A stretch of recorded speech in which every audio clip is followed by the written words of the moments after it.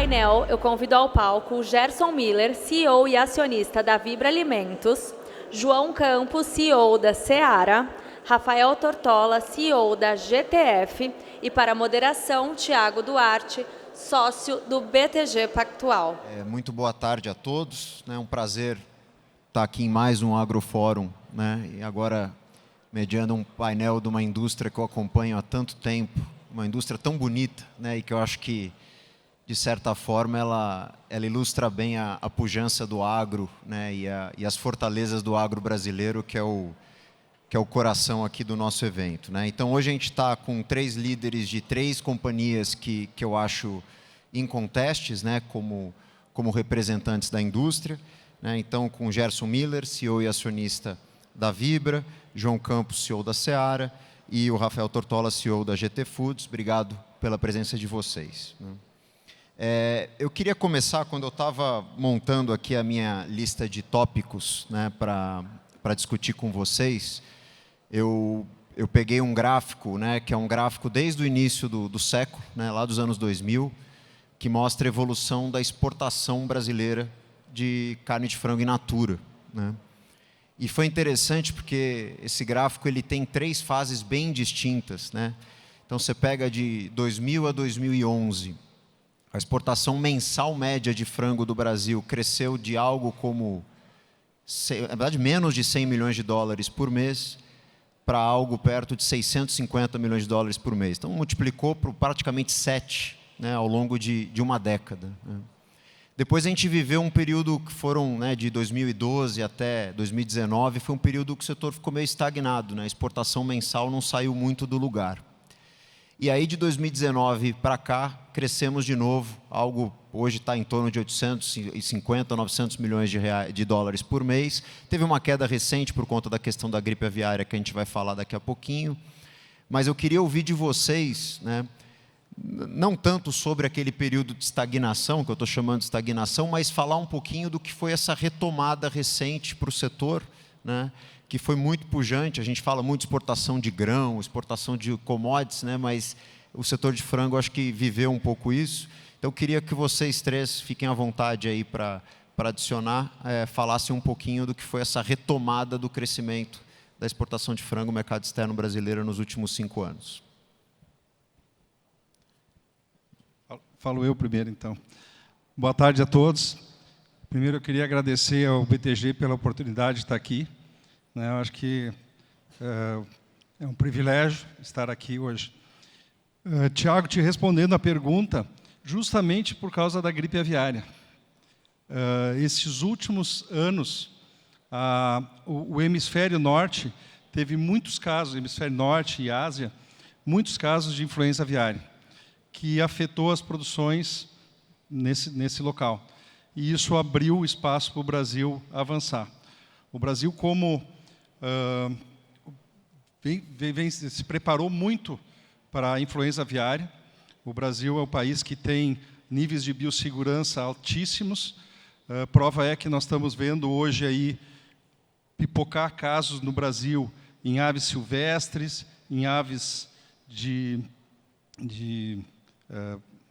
caipiras, né, de subsistência, mas tivemos apenas um caso em aves comerciais que em 30 dias o caso foi levantado e não teve mais nada em aves comerciais. Então, só para concluir, justamente a gripe aviária que nos ajudou. Bom, Tiago, boa tarde. Boa tarde aí a todos, um prazer estar aqui com vocês. Além desse fator, para mim, acho que tem 3 outros pontos que têm ajudado muito a indústria de avicultura no Brasil se tornar crescer tanto no mercado externo, né? Para mim, acho que o Brasil vem se estruturando, né? Ele tem uma estrutura hoje muito competitiva quando a gente olha os outros mercados, né? Acho que o Brasil investiu em tecnologia, investiu em biosseguridade e vem investindo em nutrição. O que faz com que, quando a gente compara com outros mercados, o Brasil seja muito competitivo.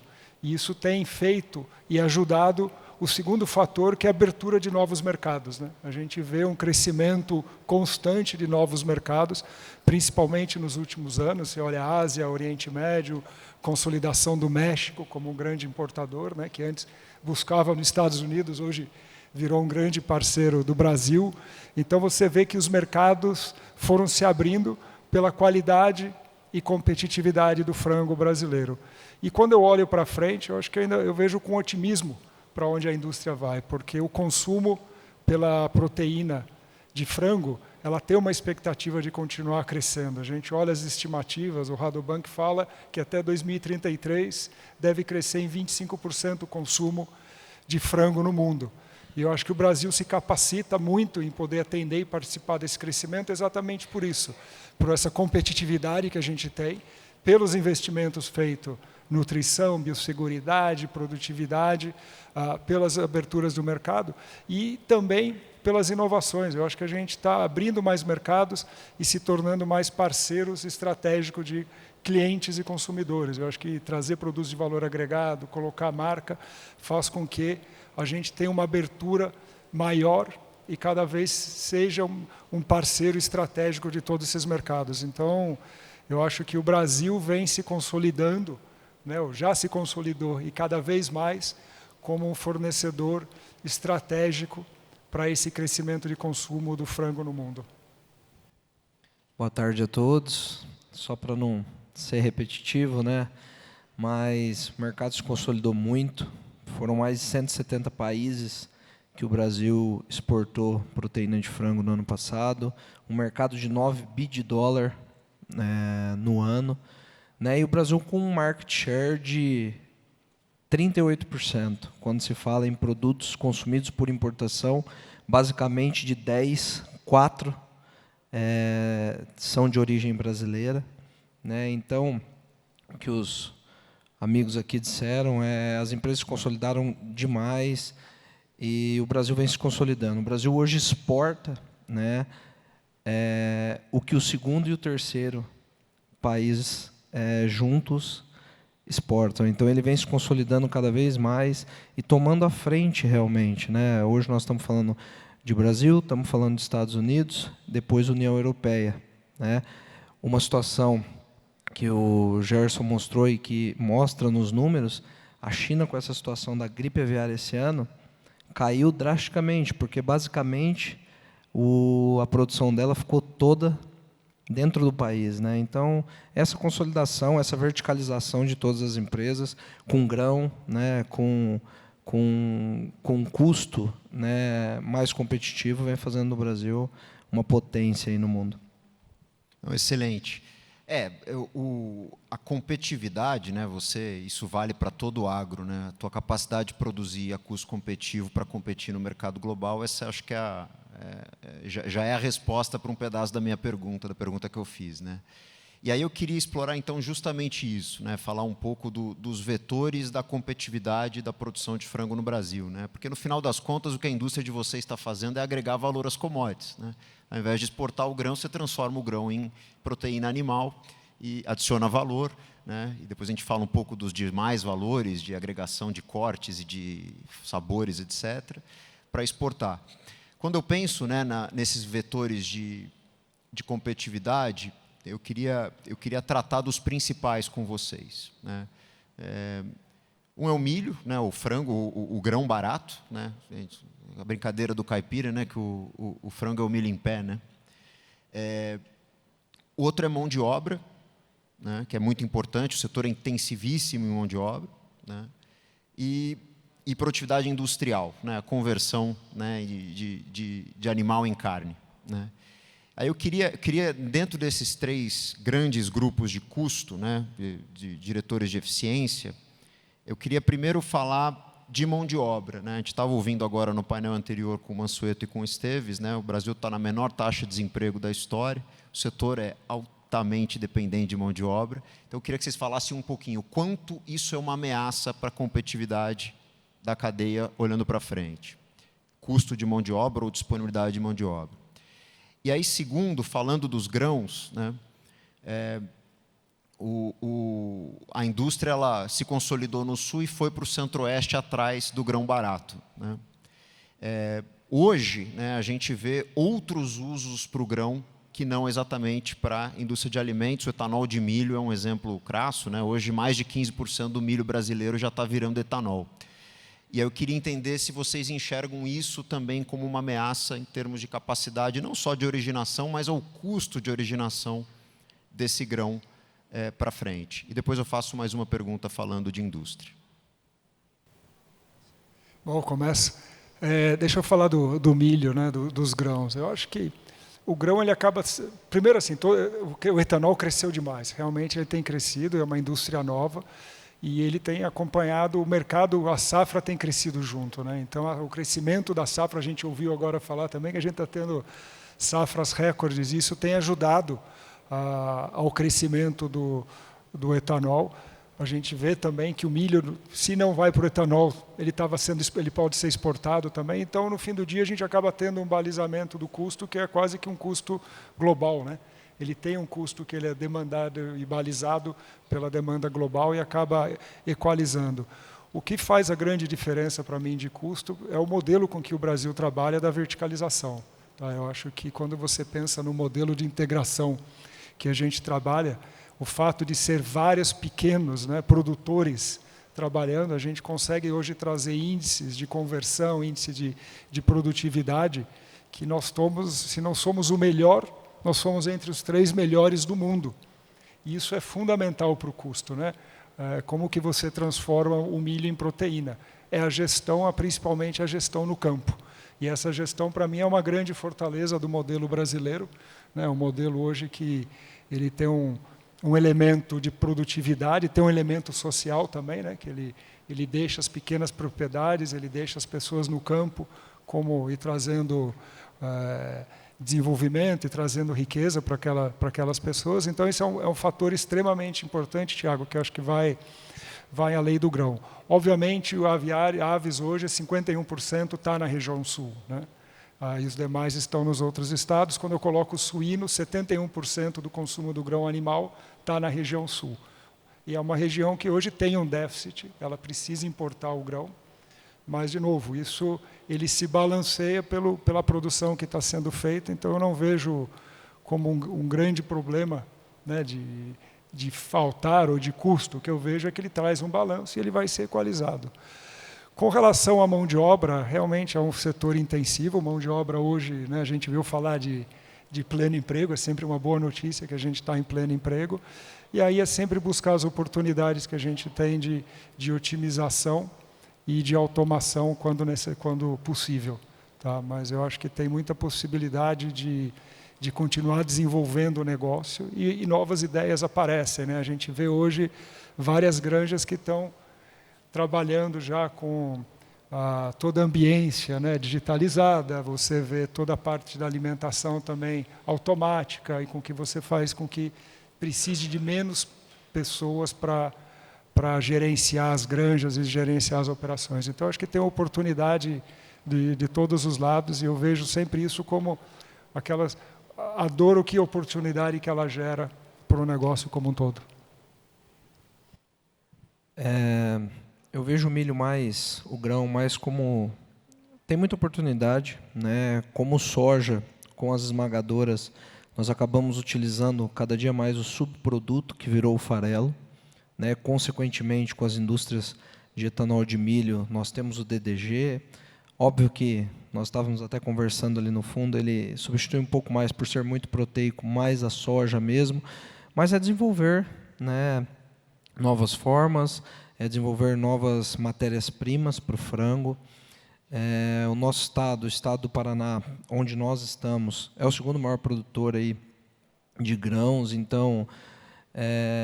nós entendemos que com o aumento da produção intensiva, desde outras proteínas, como o gado, como o suíno, se sobra mais áreas também para agricultáveis, né, para isso. Tem um aumento aí por hectare de produtividade, nós estamos falando de mais uma safra recorde aí, né, uma safrinha recorde, então tem muita oportunidade, o mercado se corrige, sempre se corrigiu. Em épocas de milho mais caro, foi épocas onde nós conseguimos manter margens também, né? E para nós um dos principais desafios é a mão de obra, né? Nós como GT firmamos acordo com a ONU, trazendo venezuelanos, né? Já há anos atrás haitianos. Então nós estamos investindo muito em automação, né? Muito em automação, muito em melhorar o posto de trabalho, muito em se desenvolver mais. O João falou aqui sobre aviários. Há 20 anos atrás, 15 anos atrás, era uma família para cuidar de 5, 6, 10 mil cabeças. Hoje, com os novos aviários que estão sendo feitos no campo, uma família cuida de 100 mil aves, 2 aviários de 50 mil aves cada um, né, com uma ambiência, com uma velocidade do vento, com um bem-estar para a ave, que, consequentemente, gera mais produtividade, mais rendimento ali na frente. Bom, o que eu gostaria de complementar, então, com relação a grãos, né, a avicultura sempre se moldou ao que o mercado disponibiliza, né? Nós conseguimos formular a ração de acordo com as necessidades da ave e o que está disponível no mercado. A formulação é feita assim. Então, hoje, tem esse movimento forte, né, da produção de etanol de milho, que gera o DDG, foi falado aqui hoje, que está sendo mais direcionado para o gado. Isso acaba diminuindo a necessidade de áreas de pastagem, né? E aí, consequentemente, sobra mais áreas para plantar milho. Então, são coisas que vão se moldando, né, ao longo do tempo, né? Então, acho que isso, a avicultura, em especial a avicultura brasileira, ela se adapta muito fácil, seja a questões de insumos, ou seja, até questões mercadológicas, né? O Brasil é o país que produz o que o cliente quer em termos de produto. Se o cara lá quiser um espetinho com o filezinho do pescoço, nós faremos isso, e esse produto existe, né? Vamos deixar claro isso aqui. Então, assim, é fundamental que a gente tenha uma adaptabilidade muito grande, né? Por outro lado, a questão da mão de obra, a indústria ela tem muitas possibilidades de automatizar, né? Seja no espostejamento do frango, né? nos cortes, depois na parte de desossa, pesagem, paletização. Tem muita tecnologia já que está disponível. Infelizmente, ela ainda é cara, porque aqui no Brasil a gente tem que pagar impostos, né, sobre os nossos bens de capital, e a gente tem essa dificuldade constante, né?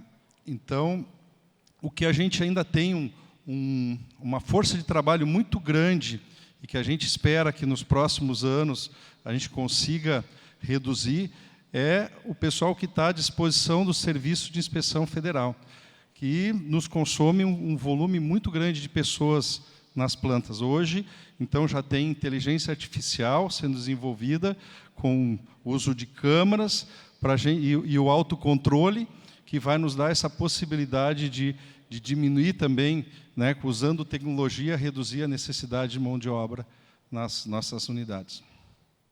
Excelente.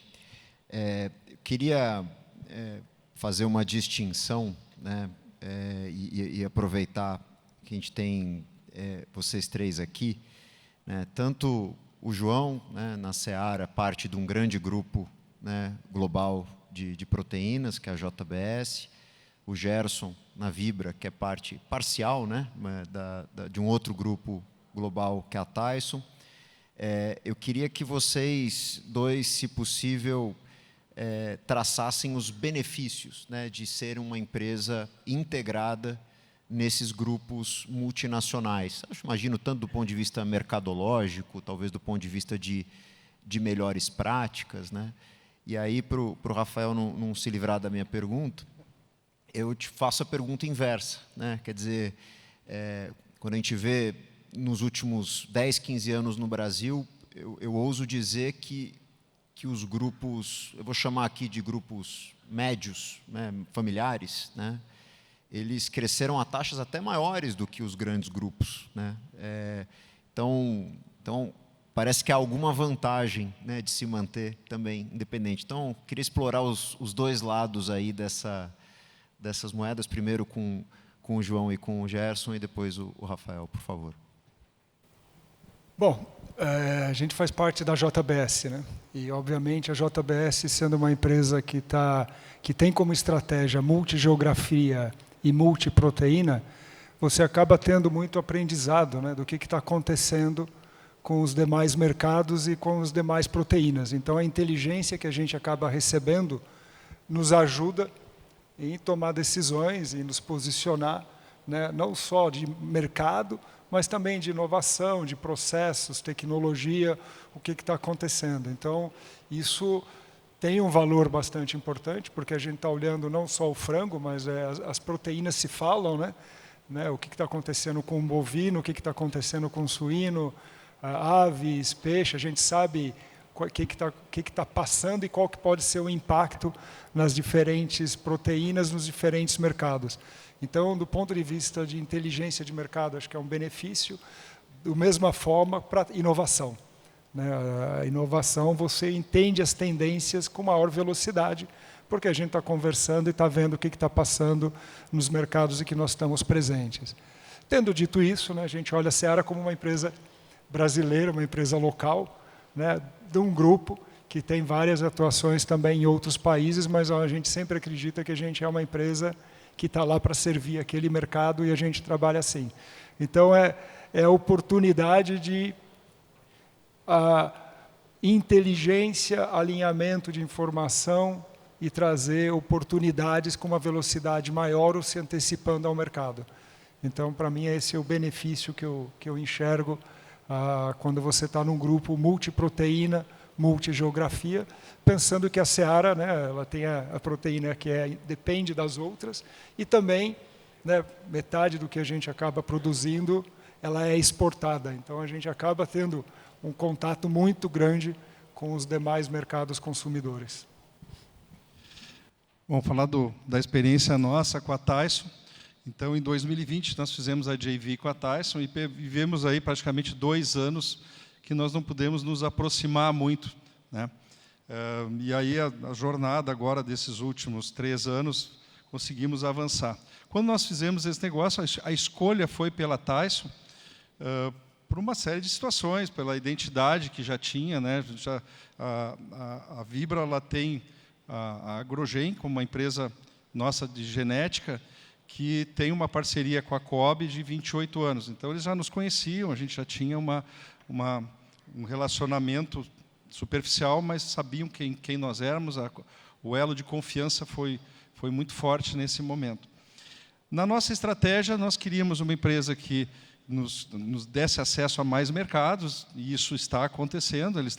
A Tyson tem escritórios ao redor do mundo, então nós conseguimos acessar melhores clientes para realizar a nossa venda.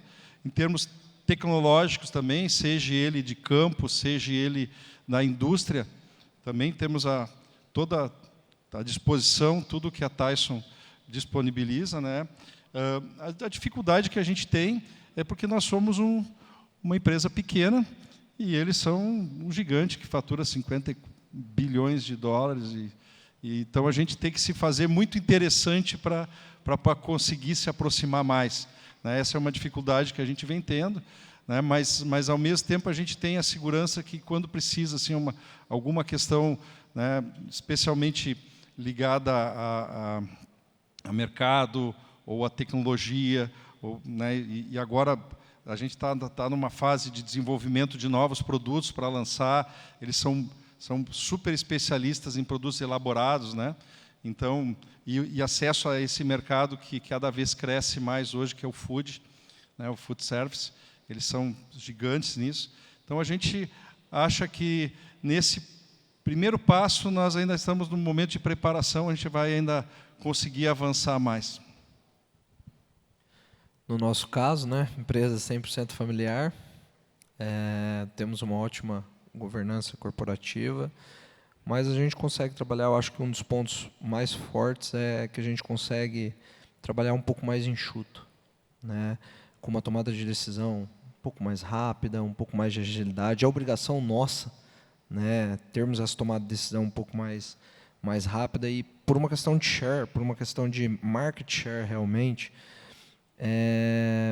e um volume menos expressivo, de principalmente as duas grandes do mercado, nós podemos começar a escolher um pouquinho mais aonde atuar, e em determinados momentos de oportunidade, eu entendo que nós conseguimos galgar um pouquinho mais. Porque as grandes, elas têm aquele share, não pode sair daquele mercado, o mercado estando bom ou ruim se torna um pouco mais difícil. Nós conseguimos virar o canhão um pouquinho mais para cá, um pouquinho mais para lá. Em termos de desafios, né, e dificuldades, eu entendo que mercado de capitais, né, o custo para nós hoje da captação, ela acaba sendo, né, um pouco diferente. Risco, né, quando a gente fala em risco, quando você tem multiproteínas, você consegue, em determinado momento, se uma proteína não vai tão bem, você tem um hedge ali natural que acontece. Em questões de barganhas em supply, em aquisições, né, mas também, e também trazendo que tem um ponto forte, tem um pouco de ponto fraco, mas nós estamos mais regionalizados, né? Quando a gente se fala em global, eu entendo que a gente consegue mitigar um pouco mais esse risco, às vezes trabalhando com margens um pouco menores, como você disse, mas tendo uma constância aí anual, sempre de share de mercado, participando daqueles mercados. Então, eu acho que esses são os principais pontos positivos e pontos de desafios aí. Muito bom. Então, falamos, né, um pouquinho da expansão do setor, falamos um pouquinho das ameaças do lado de custo, perguntei agora algumas idiosincrasias aí de cada companhia, né? Aí eu queria falar de dois temas que são recentes, né, que todo mundo viu nos jornais, saiu na televisão, né, que impactaram a indústria recentemente. O primeiro foi a gripe aviária, né? O Brasil registrou, acho que foi, salvo engano meu, o primeiro caso de gripe aviária em rebanho comercial esse ano, né? Aquilo que já se falou, o Hemisfério Norte vive há muito tempo, né? A gente inaugurou aqui no Brasil, ainda que eu sou da opinião que nós enfrentamos como país, né, e o setor de forma extremamente bem-sucedida, né, esse tema. Mas eu queria ouvir um pouco o que muda para o setor para frente agora que aconteceu, né? Eu cubro o setor há 18 anos, aconteceu esse ano, né? E o segundo tema, aproveitando o comentário do Gerson sobre questões genéticas, né, e o conhecimento que vocês têm, né, a gente tem ouvido muito a indústria, eu não vou dizer reclamar, né, porque na indústria de frango ninguém está reclamando muito ultimamente, que as margens estão muito boas, mas tem uma questão envolvendo a capacidade de crescimento dos aviários e dos matrizeiros por questões genéticas. A gente ouve isso, acho que no último ano e meio, 2 anos, de forma bem contundente. Então, queria que vocês explorassem também esses pontos. Eu estou fazendo perguntas super abertas aqui, então fiquem à vontade. Gripe aviária e questões genéticas da indústria. Eu vou falar, porque se ninguém sabe, foi na Vibra que aconteceu o caso lá. A gente não divulgou isso na imprensa, mas foi na nossa empresa. E foi uma super fatalidade, uma granja que tinha sido reformada no início de 2023, completamente fechada. O Ministério da Agricultura passou uma semana lá tentando achar um furinho na tela para que pudesse ter entrado alguma coisa de fora e não achou, né? A gente tem nossos protocolos de biossegurança, né, através do Plano Nacional de Sanidade Avícola, que é o nossa Bíblia aí em termos de sanidade. Nós temos que ter malha 2 nos aviários para não entrar passarinho para dentro. E aí vem uma série de barreiras sanitárias que são feitas, etc. O que coube a gente, né, foi agir de forma rápida e organizada. O setor muito consistente, né, a nossa BPA tomou a frente junto com, no caso lá no Rio Grande do Sul, a Asgav, que é a entidade estadual, tomou a frente para do enfrentamento com a mídia. O Ministério da Agricultura, junto com a Secretaria da Agricultura também, né, para fazer o desfecho do caso. E eu aqui que gostaria de fazer um agradecimento público ao Marcos Molina, que no primeiro dia, na segunda-feira, logo após o fatídico dia do anúncio, chamou uma reunião de todos os líderes e, naquele momento, nós colocamos que nós amanhecemos a segunda-feira sem ter um pinto e um ovo dentro das máquinas. Portanto, nós teríamos 3 semanas que nós ficaríamos sem nada. E ele diz, não, a BRF vai te fornecer uma quantidade X de pinto. E aí todos os outros líderes se cotizaram, porque, nas palavras deles, isso é um problema do setor, não é um problema teu, aconteceu fatalidade. Então, quero deixar aqui o meu agradecimento público para ele. Claro que todas as indústrias colaboraram, especialmente aqui a JBS e GT Foods também. Mas, enfim, assim, voltando ao tema, então, realmente foi difícil de receber o impacto, resolvemos rápido, lava e elimina o lote, lava, desinfeta a granja, elimina todos os ovos dentro do incubatório, para dar uma dimensão para todos vocês, de 158 mil ovos que tinham saído daquela localidade, nós tivemos que eliminar próximo a 20 milhões de ovos. Isso foi feito isso praticamente num final de semana. Na semana seguinte, nós já estávamos com os incubatórios funcionando e recebendo os ovos de novo, entrando no processo. O que muda daqui para frente? Sabemos que nós somos vulneráveis, também pode acontecer, mesmo que tu tenha todas as proteções.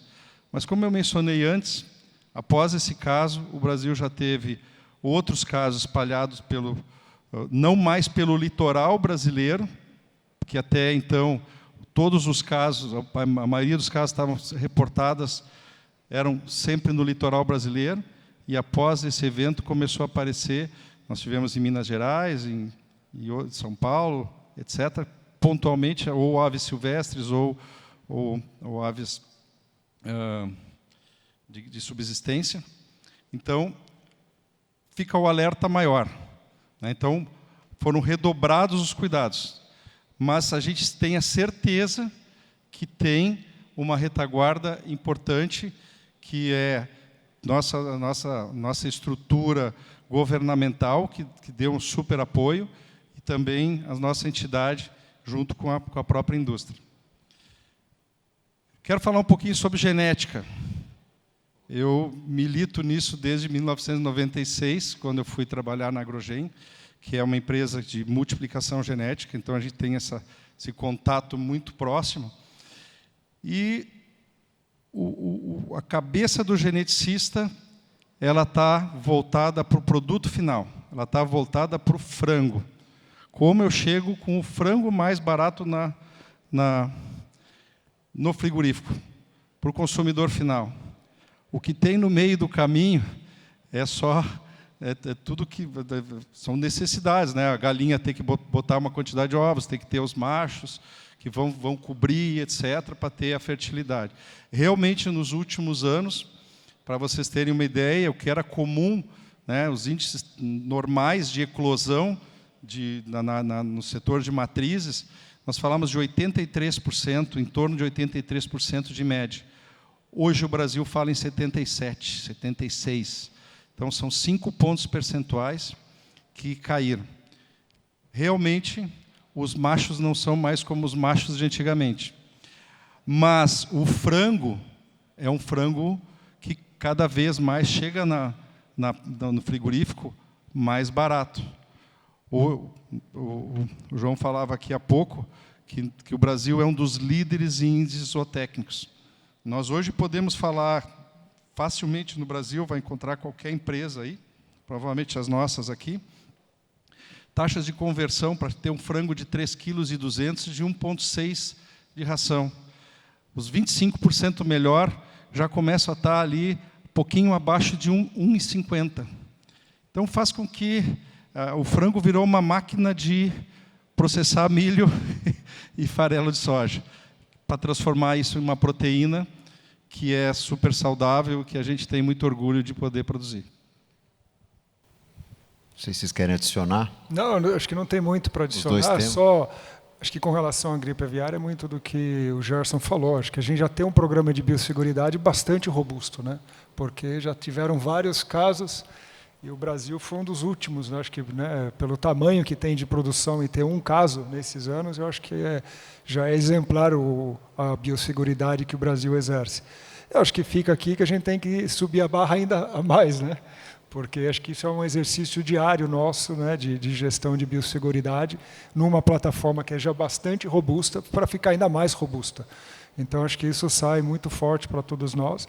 E dois, eu acho que é o alinhamento, né, e o apoio que a gente teve de olhar o mercado como um todo, através da associação e com o MAPA também, de usar também esse caso para flexibilizar várias regras. Eu acho que a gente sai com vários países hoje regionalizados, né? Acho que o Brasil consegue amadurecer numa tratativa, como nunca tinha tido caso, tinham várias discussões que não tinham acontecido. Então, acho que após esse caso, a gente sai fortalecido, vários países criaram um modelo de regionalização, então não fecha o Brasil, fecha o Estado, fecha um raio, o município, o que traz uma segurança maior daqui para frente. Quer dizer, eu espero que a maior segurança é aquela que a gente controla, que é a biosseguridade, mas pode passar, e em passando, o como que a gente trabalha, como outros mercados, que é basicamente a regionalização e não o fechamento do país como um todo. Uma coisa interessante, né, o Rafael comentou mais cedo, né, 4 quilos de cada 10 quilos de frango consumidos por países importadores são do Brasil. O Brasil ficou muito relevante, né? O Brasil ele tem um papel muito relevante na oferta global. Então, acho que também ajudou isso na flexibilização, né, da flexibilização de reabertura dos mercados. E acho que e foi bem feito o trabalho. Passaram os 30 dias, o Brasil ficou livre. Desde então, a vida segue, não teve mais nenhum caso. Mas, né, é o tipo da coisa que não dá para dizer que não está aí, né? Está aí, então a gente tem que fazer o trabalho de proteção das nossas granjas. Nós até brincamos, não sei se tinha um momento bom para se ter, né, essa gripe aviária, mas foi um momento que as empresas estavam bem, com margens boas, não se tinha uma sobra de produto, né, então até esse momento foi importante. Eu acho que o principal também aqui é a seriedade com que todas as empresas trabalham em conjunto os protocolos sanitários, né, porque como o coronavírus, como o Covid, não adianta de nada se uma parcela ou uma parte da população se vacinar, né? Então, nós temos alinhamentos de equipe técnica sanitária das empresas, óbvio que cada empresa faz independente a sua, mas para alinhamentos para que todas façam o mesmo protocolo, se entra com vacinação, todas entram em conjunto. Eu acho que isso torna o Brasil ainda mais forte. Bom, eu não vou conseguir cobrir tudo pelo tempo.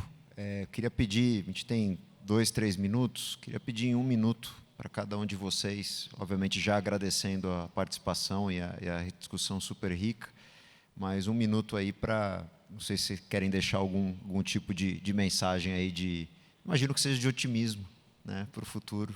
Por favor, começando com o Gerson. Em primeiro lugar, eu gostaria de dizer que podem comer frango, que é uma proteína saudável e que toda a indústria, ela tem todos os cuidados para poder oferecer o melhor produto. Se não fosse assim, o Brasil não estaria sendo um grande exportador, um grande protagonista desse mercado. Nós acreditamos que ainda temos mercados para avançar. Por exemplo, a África, eu acho que a África tem um caminho todo ainda para ser desenvolvido. A Índia, que também hoje o acesso a proteínas é muito, muito pequeno, incipiente. Eu acho que nós temos grandes desafios ainda, que o Brasil é o grande potencial para crescer na avicultura. Nós temos milho, nós temos terra, sol e água, que nos facilita para produzir o milho, a soja, né, que são grandes insumos para nós. E, mais importante, capital humano, seja de empresários dispostos a investir e seja de técnicos preparados para poder tocar o negócio. Excelente. Por favor.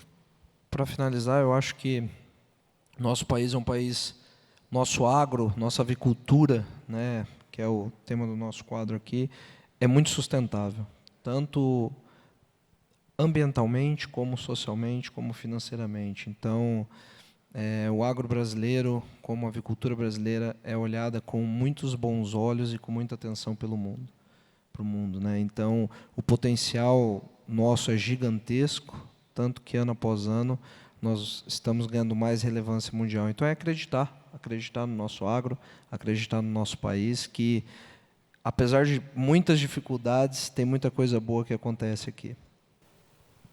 João? Olha, eu acho que a gente tem que continuar com foco absoluto nos nossos clientes e consumidores, né? E transformar esse aprendizado em constante inovação. Eu acho que a gente conquistou uma posição hoje e manter essa posição e continuar crescendo depende da gente continuar inovando, investindo em tecnologia, sustentabilidade e estar ainda mais próximo dos nossos mercados e consumidores, porque, né, o chegar aqui não garante que nós vamos continuar. Então, acho que tem aqui não é só porque nós estamos no Brasil, às vezes as pessoas, porque é fácil. Não, eu acho que demanda muito, e acho que é isso que a gente tem que continuar fazendo, trazendo biosseguridade, inovação em tecnologia, nutrição, e desenvolvendo e protegendo esse modelo de integrados vertical, que para mim é a nossa grande fortaleza, não só do aspecto de produtividade, mas também social. Eu acho que esse é um evento enorme de sustentabilidade, onde a Seara tem mais de 10 mil integrados, eu acho que todos aqui, a gente tem dezenas de milhares de integrados, que são pequenas famílias que ficam no campo, porque através da indústria do frango, eles têm prosperidade, têm renda e têm crescimento. Então, eu acho que é isso, é continuar focado no que nos faz, que nos demanda os nossos clientes, e continuar superando isso todo dia. Excelente. João, Gerson, Rafael, obrigado. Boa tarde e obrigado a todos.